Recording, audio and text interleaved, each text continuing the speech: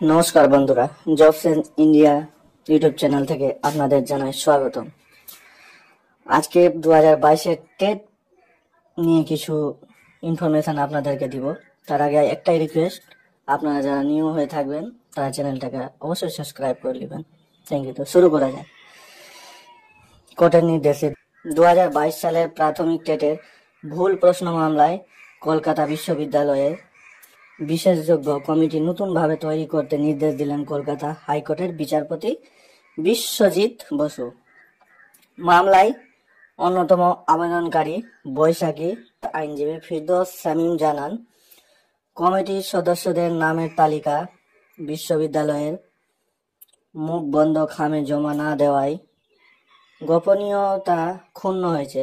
বিচারপতির নির্দেশ, ইতিমধ্যে কমিটিতে থাকা 6 জনকে বাদ দিয়ে নয়া কমিটি করে সদস্য নামের তালিকা মঙ্গলবার মুখ বন্ধ খামে কোর্টে জমা দিতে হবে। এটাই ছিল আজকের আপডেট।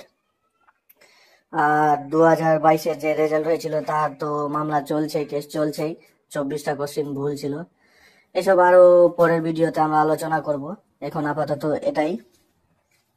Thank you.